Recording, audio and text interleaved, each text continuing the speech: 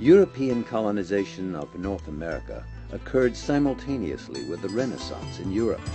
It was an age of inquiry, of new thought and awakening.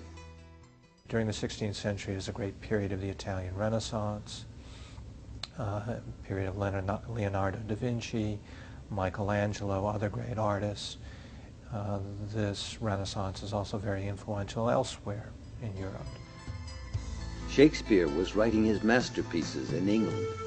Venice was the busiest seaport in the world. It was also the age of global exploration, and the Spanish, in many ways, led the way.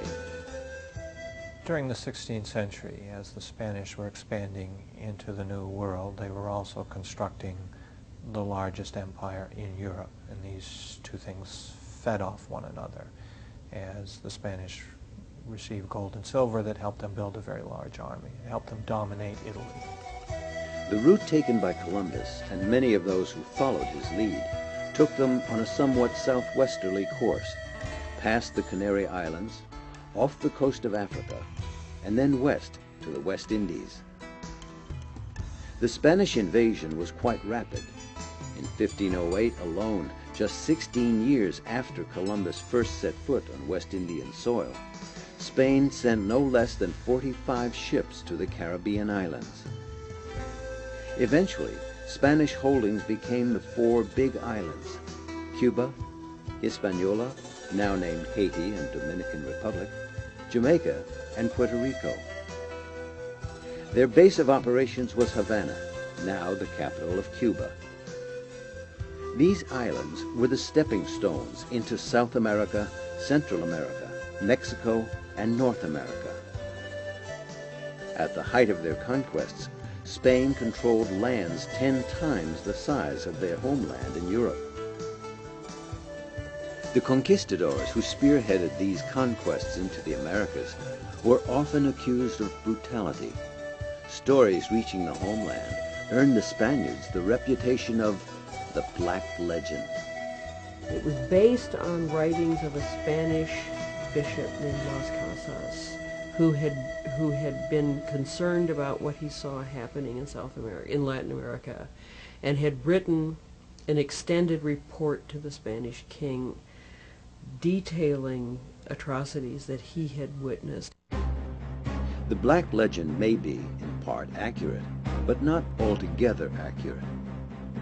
It portrays the Spanish as uniquely vicious and rapacious, and I think that's inaccurate. I think the Spanish acted out the whole range of relationships, just as the English and the French acted out the whole range of relationships.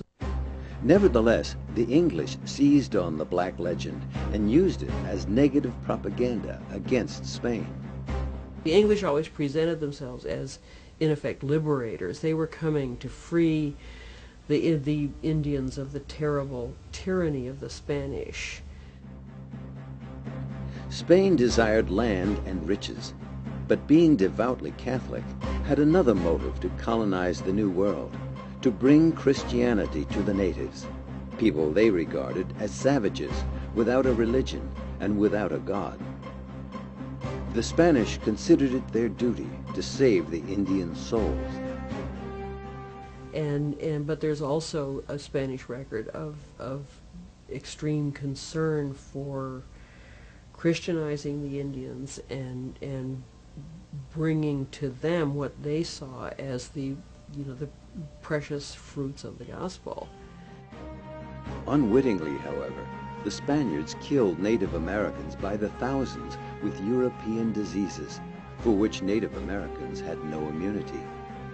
Death by disease accompanied the earliest Europeans, starting with the arrival of Columbus. When Columbus arrived in the West Indies, there were Native American peoples inhabiting most of those islands. And those people slowly but surely, say for example on the island of Hispaniola, within a generation, the Native American population had been wiped out by European disease.